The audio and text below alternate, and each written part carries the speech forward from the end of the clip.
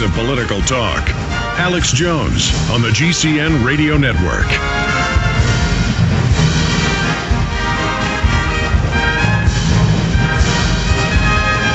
We are live, ladies and gentlemen, here in the third and fourth hour today. We are simulcasting in living video color in this multicast at prisonplanet.tv. Now, I originally set James Delingpole up for the show, London Telegraph writer, best-selling author, to talk about a Canadian study that came out that shows how many more times likely environmentalists are to be dishonest, to rob, to steal, and how they hate their fellow man. Now, anyone who's had their SUV's tires slashed here in Austin, or had their car dealership burned down in Denver, or had their home burned down in Los Angeles, knows how vicious these people are. They're a gang of thugs who use the moral excuse of hating their fellow man as an excuse to be collectivist. And it doesn't matter if it's the head of climatology at NASA saying we want to destroy the industrialized world, people live too well in the West, there's too many people in the third world, their greenhouse gas taxes will conservatively kill 1 billion additional people in the first 10 years of implementation. That is very conservative numbers from Lord Monckton, who's scientifically broken it down. This is the facts that we're talking about, and this integrates into healthcare. But first, we're going to talk to him about healthcare because he's also written about the nightmares of government-run healthcare in England. Now, listen, I don't need to talk to Mr. Delingpole to know this. I've got Paul Watson, Steve Watson that work for us at Infowars.com, PrisonPlanet.com. One lives in London, one in Sheffield. They've got insurance, and it's a nightmare. Everybody has to wait. Everybody gets treated like trash. But I've seen Tony Blair 3 or 4 years ago before he left office in the House of Commons during Prime Minister's questions on C-SPAN. And they were standing up giving cases of one woman waiting 18 months for a brain tumor. They reported that it was over 90% operable, means they could take it out and save her. 90% of the time she would have 100% recovery. But if you wait more than 6 months, almost 100% chance she'd die, and she did die. And Blair said, yes, that's too bad, we're working on that. He didn't even deny it. Why are Canadians coming here? Why are British coming here? Why are people from socialist nations coming here? Because free market gave us the best health care in the world. Government involvement in the last 35 years is what screwed up our health care. So we're going to get James Delingpole's take on that. His website's jamesdelingpole.com. He's also a best-selling author. We'll tell you all about that before he leaves us. Wrote a best-selling book on Obama, and it certainly turned out to be very, very accurate. It was released right as Obama got into office last year. But this isn't just James Delingpole saying this. This is the National Post of Canada. Here's the London Guardian. Give me a document cam shot. How going green may make you mean. Ethical consumers less likely to be kind and more likely to steal, many times more likely.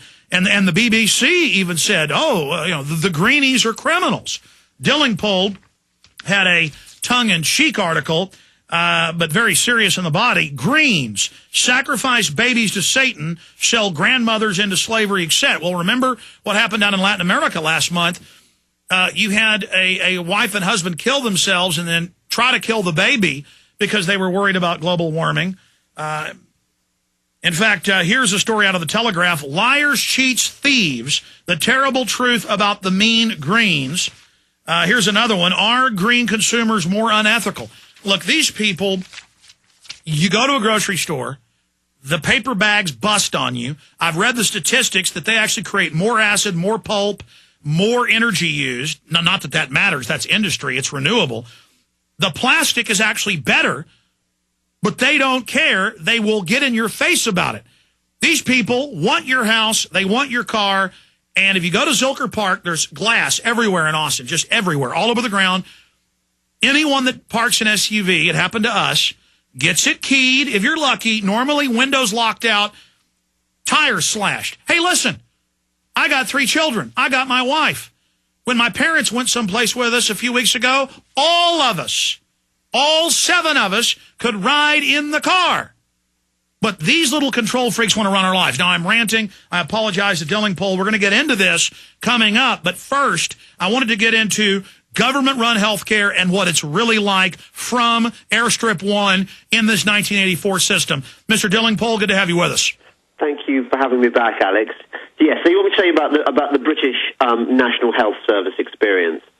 Well, it seems to me that there are two ways of allocating scarce resources, to do with health. And one way is to do it through the market, if you pay, then you will get service. The other way, which is what we've got here in Britain, is a form of state rationing. Now, maybe this way of allocating healthcare was appropriate immediately after the Second World War. But somehow I feel that the world has moved beyond the Second World War mentality, where you're kind of grateful for what you get, and you're happy to queue up for your rubbish service.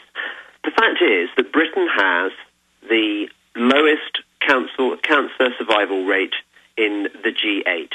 That in itself is a pretty grim indictment of our system. We also have, I don't know whether you follow this in America, we had the scandal of Stafford Hospital, the hospital where as many as 1,200 patients may have died because of government targets. Oh, I saw an article last week where the guy just showed up over 3 days and died on a gurney. Yeah, well, this sort of thing happens. At this particular hospital, patients were being left unwashed for up to a month. They were abandoned in their soiled, blood-stained sheets. The nurses weren't doing anything about it. They weren't giving them water. They weren't, patients were crying out in pain.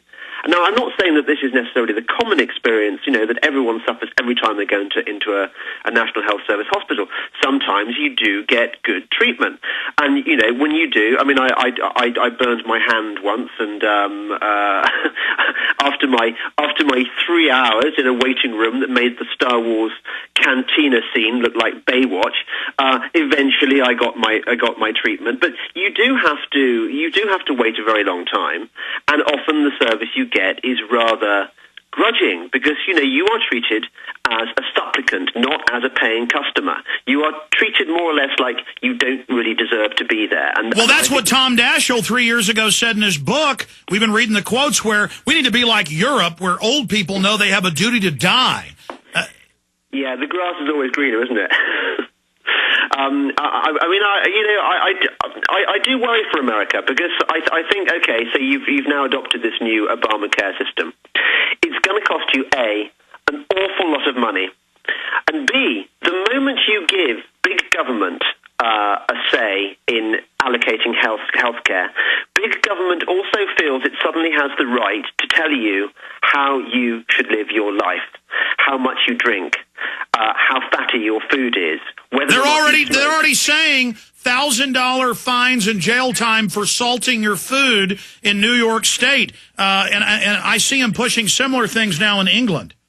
Oh, absolutely, absolutely. We have this traffic light system now on our food in supermarkets, whereby red means dangerous, amber means treat with caution, and green means go. It's safe and low in cholesterol and stuff. And they're setting the precedent to literally run your life and tax certain foods more. I mean, they're openly saying this. Oh, absolutely. There is no question about it, because you see, once government starts spending money, your money, let's not forget, when government starts spending your money on healthcare, it thinks that the best way of making the service cheaper and getting better value for money is not through the actual service it provides, but by spending a fortune on advertising and measures to forcing free individuals to behaving in a way that conforms with the government's idea of health. So, abnormal behavior is not allowed anymore. You have to eat lettuce and live like a rabbit and not drink alcohol anymore, and definitely not smoke, or you won't get, you won't get the medical treatment that you've paid for. And that's why they love to collectivize things, because then they get all of the rabble that's on the dole angry at not just people with more money than them with class warfare, but now they're not just angry about the plastic bags or your big car. Now they're looking at what you're ordering. Yeah, and of course the other thing you get is I don't know how familiar you are with this. You're going to get lots of health tourism. I mean, the number of health tourists we get from the third world coming over here, sneaking into the system, and getting treatment that they haven't paid for is it costs the British Exchequer a lot of money. So our service goes down and down and down, and you have to wait longer and longer and longer for treatment. By the way, I just pulled this article up. I have seen scores of cases in Kansas City, but also at Walter Reed in another part of the country. In fact, here's the Washington Post. Pentagon is probing veterans' home. The Government Accountability Office warned the Pentagon this week that residents of a home may be at risk in light of allegations of severe health care problems. Residents have been admitted to Walter Reed Army Medical Center with the most serious type of pressure sores, and in one case, this is one of many, with maggots in a wound. A bunch of vets have died from a special type of fly that goes up into the nose and lays eggs in the mucous membrane, and then they have a meal of your brain. So I guess we're getting screwworms now that we eradicated for cows, now feasting on the vets. The one place where the government does run the health care, and it's absolutely abhorrent.